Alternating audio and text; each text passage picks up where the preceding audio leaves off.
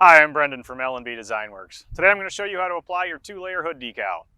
For example, here I have a billet silver Jeep with a red and a matte black decal.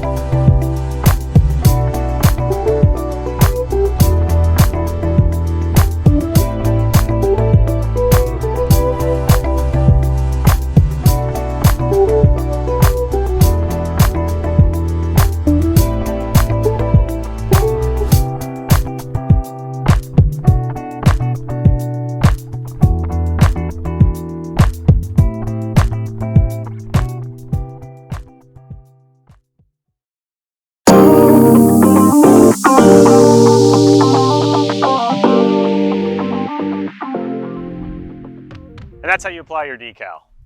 Feel free to tag us on Instagram and check out our Facebook and Etsy page for dozens of other decals.